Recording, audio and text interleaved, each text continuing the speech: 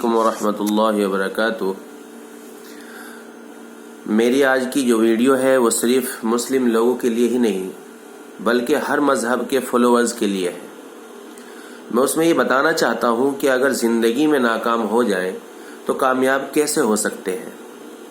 آپ جانتے ہو دنیا میں کچھ عورتیں اور مرد ایسے ہیں جو اپنے دل کی بات ہر کسی کو بتا نہیں سکتے، ان پہ کیا بیت رہی ہوتی ہے۔ تو میں کچھ ان کو ٹپس دوں گا جو میں نے تقریباً سینکڑوں لوگوں کے کیسز سننے کے بعد جو نچوڑ نکالا ہے وہ میں نے اپنے ذاتی تجربات اور سوشل ورکنگ سے یہ سیکھا ہے۔ ایک مرتبہ مجھے ایک SMS موصول ہوا جس میں لکھا ہوا تھا کہ بھائی جان آپ کا بہت بہت شکریہ۔ میں تھوڑا حیران تو ہوا کہ کس بات کا شکریہ ہو سکتا ہے۔ جب میں نے رپلائی دیا تو اس نے کہا آپ نے 1 سال پہلے مجھے ایک بات کہی تھی کہ ہمیشہ کسی کی پہلی چوائس بنیے نہ کہ دوسری۔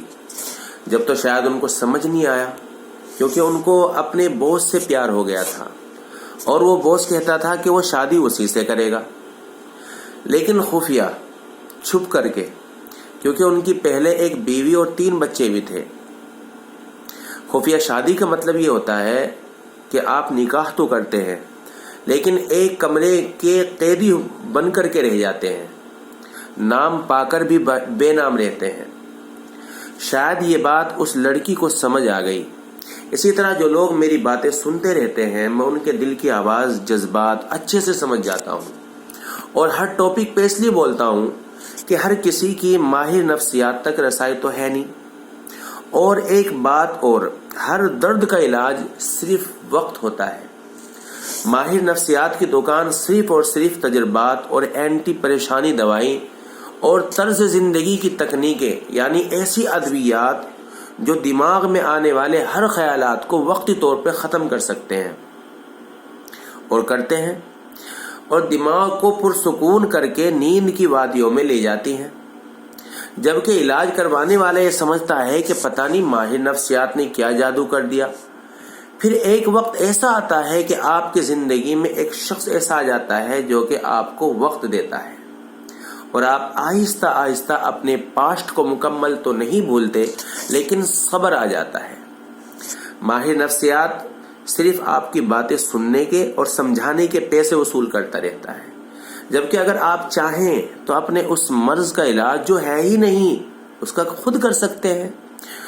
کچھ مرد اور کچھ عورتیں ایسے ہیں جو اپنے دل کی بات کسی کو بتا نہیں سکتے، ان پہ کیا بیت رہی ہوتی ہے۔ تو میں آپ کو کچھ ٹپس دوں گا جو میں نے تقریباً سینکڑوں لوگوں کے کیسز سننے کے بعد جو نچوڑ نکالا ہے وہ ذاتی تجربات اور سوشل ورکنگ سے یہ نچوڑ میں نے نکالا ہے۔ سب سے پہلے تو یہ کہ اگر آپ ڈپریس ہیں اور کوئی آپ کو چھوڑ گیا ہے تو کبھی تنہا روم میں لائٹ آف کر کے نہ بیٹھیں۔ یہ جو اندھیرا ہوتا ہے نا، انسان کو یہ بتا رہا ہوتا ہے کہ اس کی زندگی میں کچھ باقی ہی نہیں ہے اور وہ اکیلا ہے اور سب مطلبی ہیں۔ دوسرے یہ کہ اگر آپ اداس ہیں تو چھوٹے بچوں کے پاس جا کر بیٹھ جائیں، ان کی شرارتیں دیکھیں تو یقیناً آپ کو اپنا بچپن یاد آ جائے گا اور آپ کے چہرے پہ مسکراہٹ پھیل جائے گی۔ تیسرے، جن لوگوں کے پاس YouTube تک رسائی ہے ان کو لگتا ہے کہ ان کی زندگی بے معنی ہے اور سب کچھ ختم ہو چکا ہے، تو YouTube پہ جا کے real heroes in the life لکھ کر سرچ کر لیں، ان کو ان سے سبق حاصل ہوگا کہ زندگی میں کسی کے جانے سے کچھ بھی ختم نہیں ہوتا۔ آدمی بڑا اپنے لیے ہوتا ہے لیکن انسان بڑا انسانیت کی خدمت سے ہوتا ہے۔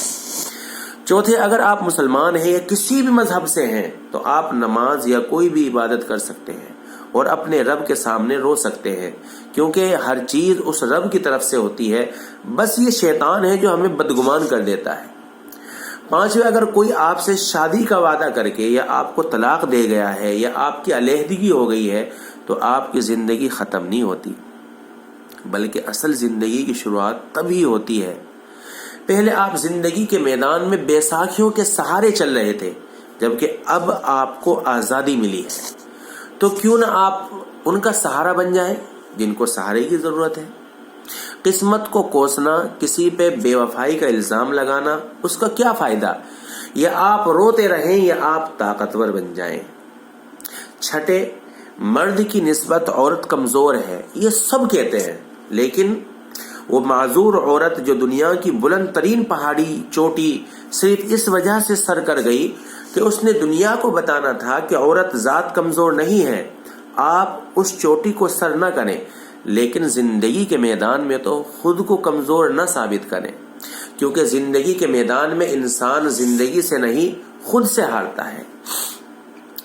ساتویں, اگر آپ فائنینشیل پرابلم کا شکار ہیں یا آپ کے پاس کرائے کا گھر ہے تو ایک دفعہ کسی بھی شہر کے فلائی اوور کے نیچے پڑے ہوئے ان بچوں, عورتوں اور مرد حضرات کو دیکھ لیں جن کے پاس ایک وقت کی روٹی نہیں ہے اور نہ ہی چھت ہے. اسی طرح آپ کو لگتا ہے کہ آپ کی شکل و صورت اچھی نہیں تو کسی بھی اسپتال کے فائر اینڈ برن ہال کا وزٹ کر لیں, آپ کو شاید اللہ کی تقسیم پہ صبر آ جائے گا. 8ویں, اگر آپ نے کسی سے سچی محبت کی اور وہ آپ کو چھوڑ گیا تو اگر آپ مرد ہیں تو کوئی جم جوائن کر لیں, اپنا تمام غصہ ورک آؤٹ پہ نکالیں, نہ کہ کسی کی تصویریں اور ویڈیوز سوشل میڈیا پہ ڈال کر. اگر آپ غصے میں ایسا کر بیٹھتے ہیں تو یقین کیجئے ایک دن آپ کو پچھتاوا ہوگا, پھر آپ معافیا مانگتے پھریں گے, لیکن وقت بیت چکا ہوگا.